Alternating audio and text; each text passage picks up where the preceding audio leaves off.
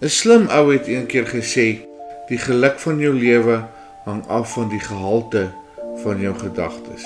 En as ons gaan kyk in Romeine 12 vers 2, sê die Bybel ook dit, en word nie aan hierdie wêreld gelykvormig nie, maar word verander deur die vernuwing van julle gemoed, sodat julle kan beproef wat die goeie en welbehaaglike en volmaakte wil van God is. Die Griekse woord vir vernuwing is anakainosis, en dit beteken restoreer of restaurasie. Met ander woorde, dit is 'n herbouing, 'n oopbreek van die ou en die herstel van die nuwe. God nooi jou om jou denke te laat herstel, nie net opknap van die buitekant af nie, maar heeltemal herbou, heeltemal gerestoreer. Dalk draai jy nog ou gedagtes wat in jou siel vassteek. Miskien hoor jy nog die stem van iemand wat jou jare gelede afgebreek het en gesê het jy is nie goed genoeg nie. Dalk herhaal jy ou sinne van selftwyfel, van jaloesie, van vrees, van bitterheid, woorde wat jou nog steeds klein hou. Hierdie gedagtes is nie net negatief en toksies nie, hulle is verwoestend. En stadig maar seker breek hulle die vrede wat God in jou probeer plant, jou self-worth, soos die Engelsman sê, af. Maar God se plan is nie om net pleisters te plak nie. Hy breek af en bou oor.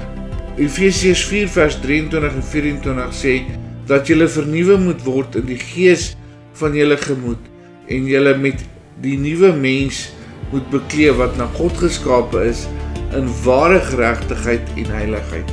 Om jou gedagtes te laat vernuwe is om te kies wat jy toelaat om te bly. Dis om op te hou om te luister na die stemme van jou verlede, na die pyn, na die seer, na die haat, en om jou ore oop te maak vir die waarheid van God se woord, vir die waarheid self wat Jesus is. Dis 'n daaglikse keuse om jou gedagtes te toets, om elke leuen te herken en dit te vervang met hoop en met lig en met vrede.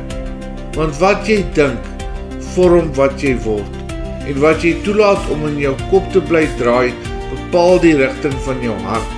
Daarom sê Paulus vir ons in Filippense 4 vers 8, verder broers, al wat waar is, als wat eerbaar is, als wat regverdig is, als wat rein is, als wat lieflik is, als wat loflik is, as daar enige deeg en as daar enige lof is, bedink dit. Bedink die eer en die lof. Bedink die positiewe.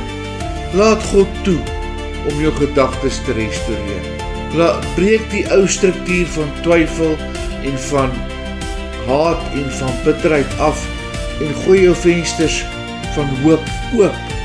Verf jou gemoed met sy waarheid, want in 'n vernuwe gedagte kan die vrede van Christus bly woon en kan ons groei.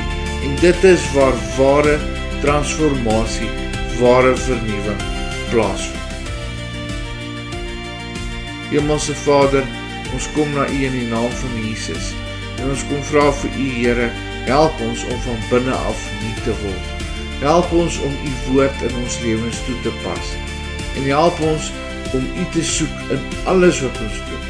Help ons om die pyn van die verlede vir U te gee en om toe te laat dat U ons gedagtes hervorm. Ons bid dit in die naam van Jesus. Amen.